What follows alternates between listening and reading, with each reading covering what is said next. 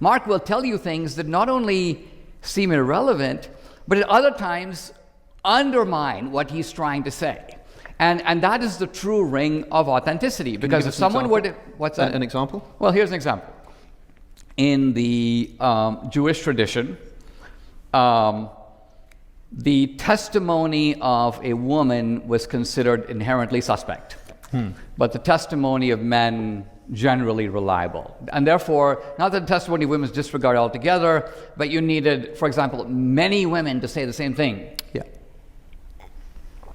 Now, the Gospels tell us that when Jesus was crucified and put in the tomb, if I were Mark and I were Luke and I were trying to be inventive and I were trying to establish a truth for posterity, I would not have it that a group of, let's just say, hysterical women, Mary Magdalene, whoever it was, a group of women go to the tomb and they're the ones who find the tomb empty. This is like a little dubious because most people are going to go, well, yeah, we know, but women, you know. So here's an example of the Gospels insisting upon a point that would only make sense if that was actually the way it happened. Allow me to answer that, if I may. Go ahead. If I may. This is a commonly presented argument for the historicity of the resurrection, which, by the way, now we're talking as... Well, I'm not... No, hold on. I didn't say it's an argument for the historicity of the resurrection. I said it was an argument... Let me say a word. Okay.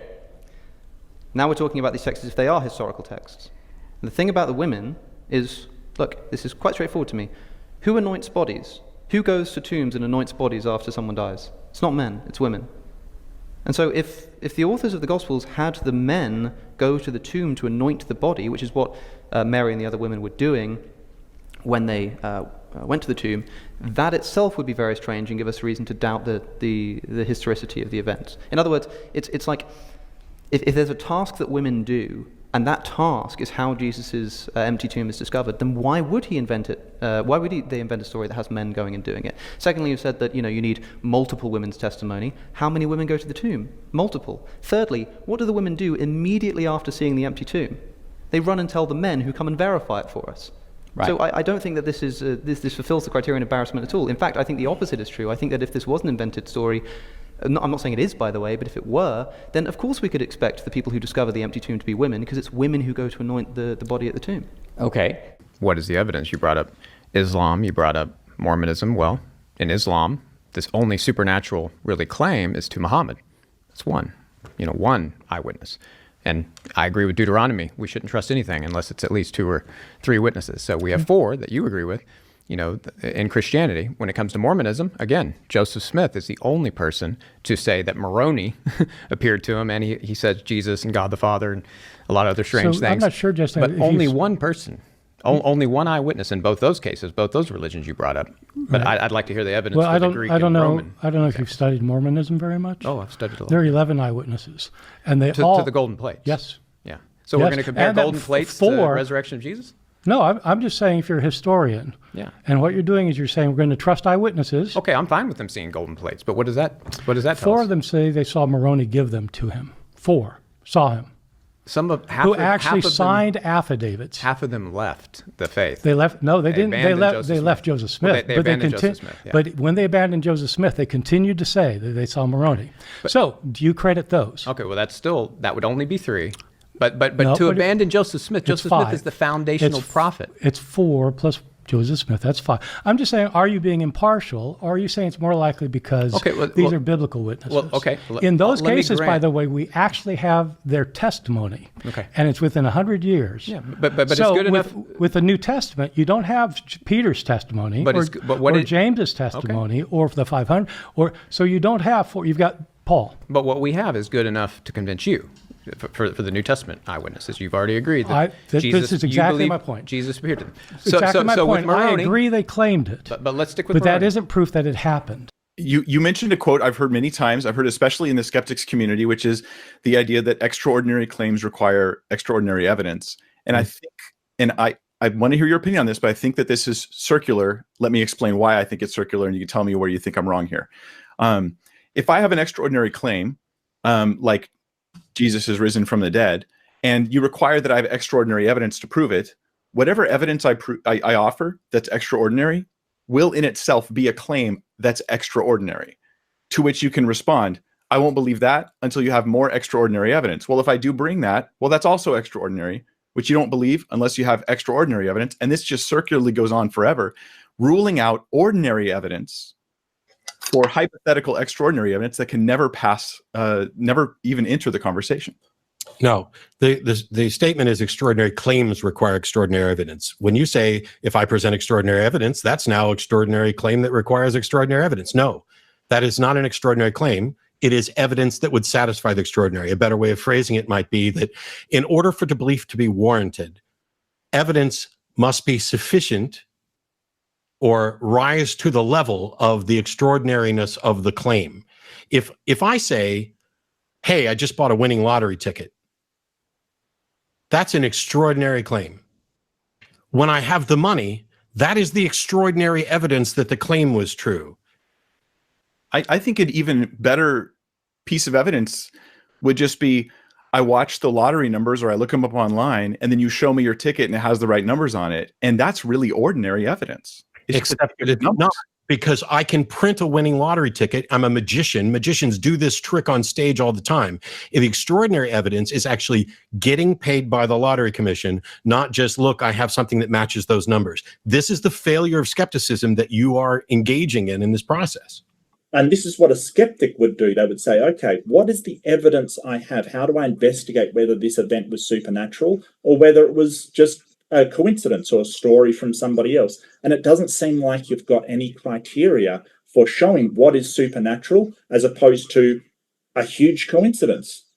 Well, true, but I'm sure you've ordered from Amazon before. I have, or from eBay. Sure.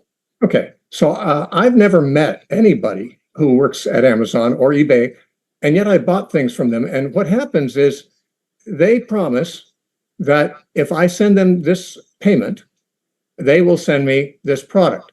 I've done this very many times, and invariably it's always happened.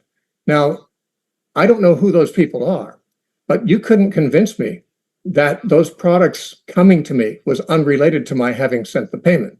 I believe that if I pray and something happens that's inexplicable, and it happens numerous times, maybe hundreds of times in my life, I don't think I'm irrational thinking, okay, there's a relationship between the request and the product, or as it were. Do you pray a lot? Do you pray a lot? Yeah. Are your prayers not answered? Do you pray and nothing comes about? Well, the Bible doesn't say all prayers will be answered. I believe in the Bible. No. It's a question. Do you pray and nothing happens? There are prayers that I've had that did not happen. Okay, so basically, no, but hold on a second, because you've brought up this Amazon thing. It would be like me sending money to Amazon. Sometimes I get the product, sometimes I don't, and I decide they're correlated because the times where I send the money, eventually a product will come to me. That is what you are doing. Well, it's a little different. It's called the Texas sharpshooter fallacy. It's you only counting the hits and ignoring the misses. Okay, but let's go back to the Amazon thing. If Amazon wasn't promising to send the products, but they said that there will be times when they see fit that they will send a product if you send a payment. Well, that's a strange business. Why would you send a payment then? Yeah, why would you send a payment? Most people would not, of course. Yeah, unless getting the product. That would be a fool's errand. Really, it's just up to their whim whether you actually get what you want or not. So that's the point. Why pray if they're basically saying, we're not, sometimes it'll like you're looking for an explanation of my thinking, but you don't want me to hear it. You don't want to hear it. Okay. What I would say is this. It'd be a very bizarre business model to be sure. But if under those circumstances, I did send money and I did get the product I ordered, I would say there's a correlation there. I might say, I'm not sure why these other times I didn't get a product, but I'm not going to say this is a coincidence that I got the very thing I ordered for the exact price I paid. When it comes to prayer, it's far more complex than most people think. So let me ask you a question. Do you think good things happen to you and you don't even pray for them? Yes. Yeah. The Bible says God knows what we have need for before we ask. Okay. So the more apt analogy is that you get things from Amazon. sometimes out of the blue with no input from you. Sometimes things just come, and sometimes you order them and the thing that you want comes. And you're basically going through life saying, well, that means that this company, the ordering of it is what's causing it, when in reality, good things come even when you don't order it. So it is not the order that is making the things come, because things are coming anyway. The difference with prayer is that prayer is a relationship between a child and a father, not a business. So let's change the analogy just this much.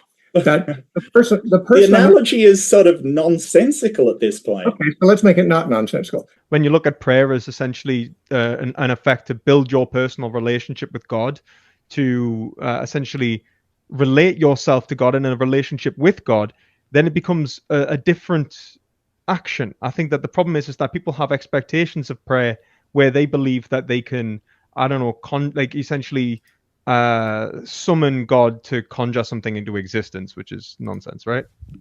All right, let's carry on from there. It would help if the Bible didn't actually say that everything you pray for you will receive. But then the reason that you have to pray doesn't make any sense either, because God already knows whether he's going to answer your prayer. He knows what you're going to pray for, whether you're going to pray or not, and he knows what the answer is going to be, so there's no point in praying. He already knows everything that's going to happen. So the only reason you pray is this. This is the reason you pray, because anything you talk to as if it can hear you, any imaginary thing, whether it's the ghost of your dead relatives, whether it's Xenu, a telepathic connection to extraterrestrial aliens, whatever the fuck it is, it could be a volleyball with a bloody handprint on it. If you talk to something imaginary long enough, it'll start talking back to you, and that's why you pray to God. How do we know that Matthew is an accurate reporter of the facts that he supposedly witnessed? First of all, you explore his document that he wrote carefully, checking such things as Greek manuscripts, checking such things as internal consistency, checking such things as archaeological support of the place names listed in the document. Of the place names? You go to other documents. Archaeological evidence of the place names is corroborating evidence?